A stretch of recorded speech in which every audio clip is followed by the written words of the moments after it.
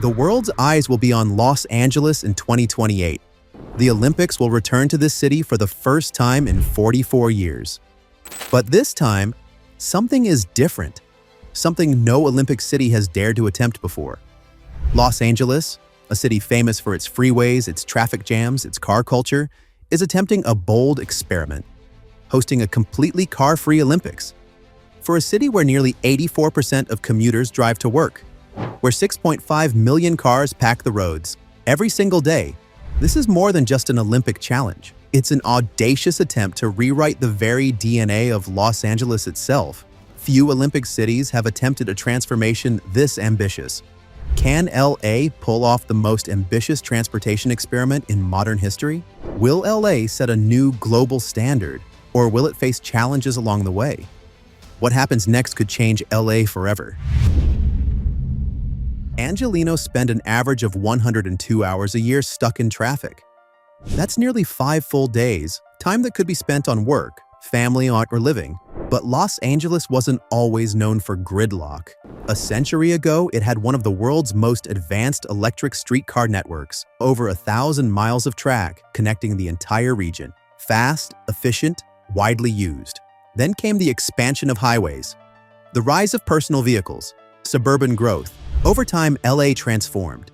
The city became dependent on cars, trapped by its own freeways. By the 1950s, the streetcars were gone. Automobiles took over, forever. Today, LA has a staggering 6.5 million registered vehicles. The 405 freeway alone sees nearly 379,000 cars per day, one of the most congested in the nation.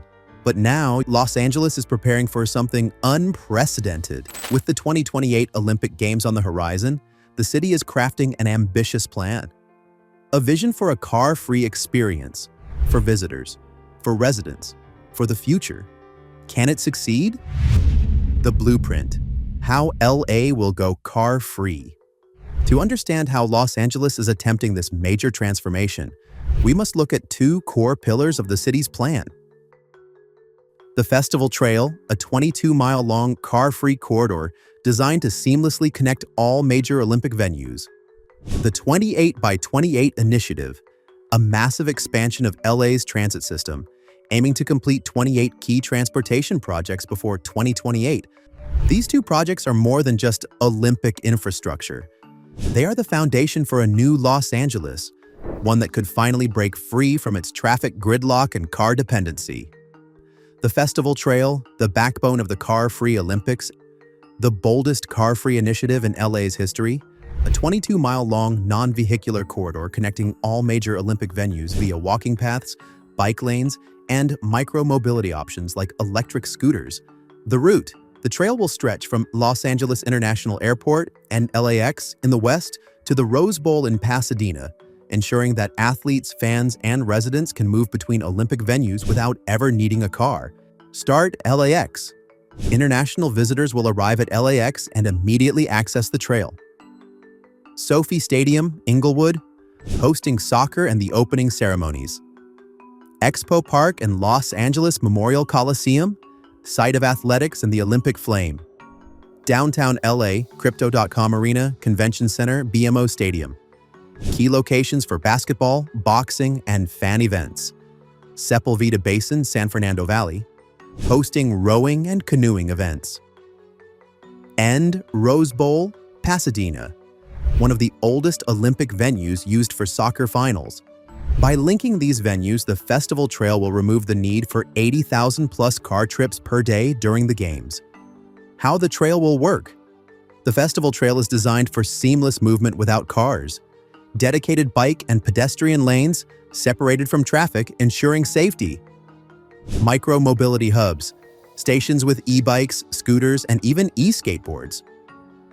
Olympic-branded shuttles and circulators, zero-emission, high-speed electric buses that will supplement the trail.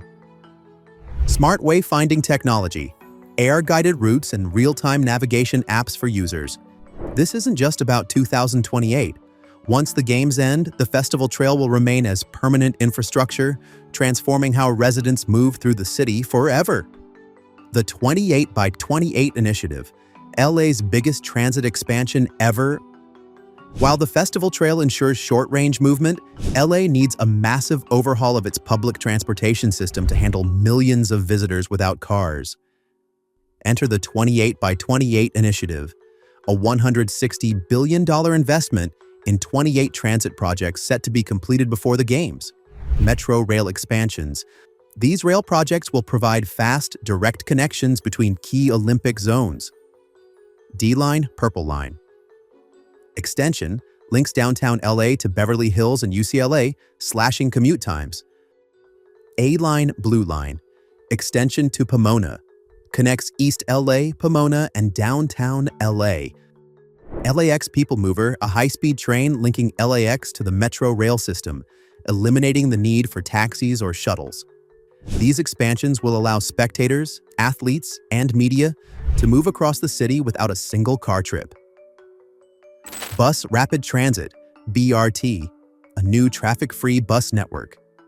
Vermont Avenue BRT, North-South Line, a high-speed, bus-only lane running through one of LA's busiest streets. San Fernando Valley BRT, East-West Line, provides a dedicated, congestion-free transit route across the valley. BRT systems will be fully electric, reducing pollution and moving passengers 50% faster than regular buses. Now, the ultimate question, can LA pull this off? Los Angeles has only 4 years. The clock is ticking. LA Metro's 28 by 28 initiative is one of the largest transit expansions in U.S. history. But can it be completed on time? Current progress, as of 2024 to 2025 data, D-Line Purple Extension, 67% complete, expected 2027. LAX People Mover, 85% complete, operational by 2025. A-Line Extension to Pomona, 50% complete, expected 2027. San Fernando Valley BRT, delayed, awaiting final approvals. Vermont Avenue BRT, still in early planning stages. LA Metro has faced significant budget adjustments, with ongoing challenges related to supply chain issues, legal processes, and project timelines. While the goal is to complete all 28 transit projects before the 2028 Olympics, experts predict that only 18 to 22 may be fully operational by the time the Games begin, according to a UCLA study. With just 4 years to go, the challenge ahead is massive. If successful, LA could redefine urban planning for future Olympic cities. But the pressure is on to ensure the infrastructure is ready in time for the Games. The cost of the Olympics. Who really pays the price? The Olympics have always been a spectacle of competition and triumph. But behind the medals and national pride lies an undeniable truth. Hosting the Olympics has left several cities struggling with long-term financial challenges. Athens 2004 saw costs soar past $15 billion, much of it financed through debt. In the years that followed, Greece faced major economic struggles, and many Olympic venues fell into disuse. Rio 2016 was one of the most expensive games in South America's history, with costs exceeding $20 billion.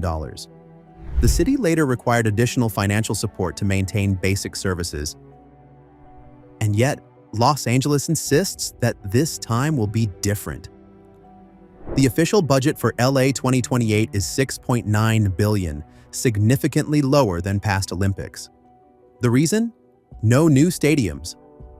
Instead of constructing billion-dollar white elephant venues, LA will use existing infrastructure like SoFi Stadium, Crypto.com Arena, the Coliseum, and UCLA's Pauley Pavilion.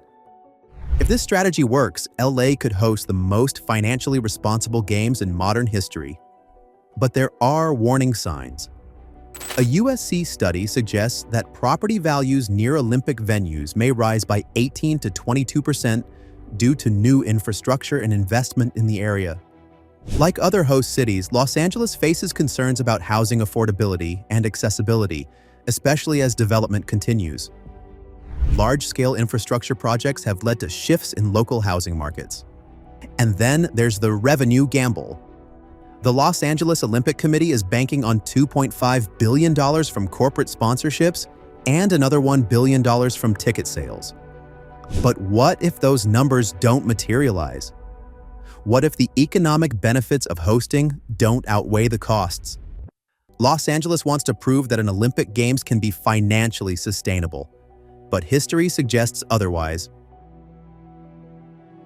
Beyond the spectacle, beyond the medals, beyond the billions spent, lies the ultimate question. What happens after the Games? The success of LA's transformation won't be measured in gold medals, but in the everyday lives of its people. Can a city designed around cars truly shift to public transit? Will LA's new rail lines and bus corridors remain packed with passengers? Or will they become underused relics of an Olympic experiment? Other cities have tried.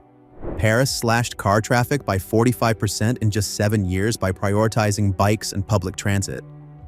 Copenhagen's cycling infrastructure generates over 400,000 euros in economic benefits per kilometer. But these cities already had strong transit cultures. LA is starting from scratch. The research is clear. A University of Oxford study found that reducing car dependency boosts a city's economy by 15%. An MIT study showed that walkable cities have 30% lower obesity rates and longer life expectancy. The World Economic Forum reports that public transit investments cut carbon emissions by 40%. The vision is bold, the designs are ready, but one question remains. Can a city built for cars survive without them? Public perception. Public perception of Los Angeles' car-free initiative for the 2028 Olympics is multifaceted. A survey conducted by the USC Schaefer Center for Health Policy and Economics revealed that 45% of LA County residents rely solely on their cars for transportation, an increase from 33% in 2019. This rise indicates a deepening car dependency, which may pose challenges to the car-free Olympic vision. Despite this reliance on personal vehicles, there is a growing recognition of the need for improved public transportation.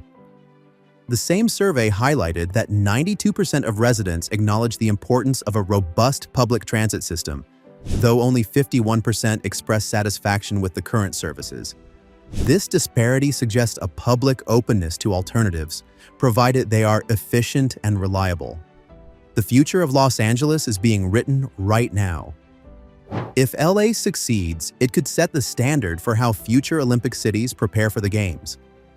If it fails, the city will return to its daily grind of congestion, smog, and hours lost in traffic. We want to hear from you. Do you see this as the future of cities worldwide? How will this transformation impact daily life, businesses, and communities? Join the conversation in the comments below. If you believe in a cleaner, more connected LA, hit that like button. Subscribe for more deep dives into the world's biggest transformations, megaprojects, and urban planning initiatives, and share this with someone who needs to see it. Thank you for watching till the very end. From the bottom of my heart, I truly appreciate your time and support. Stay curious, stay inspired, and I'll see you in the next one.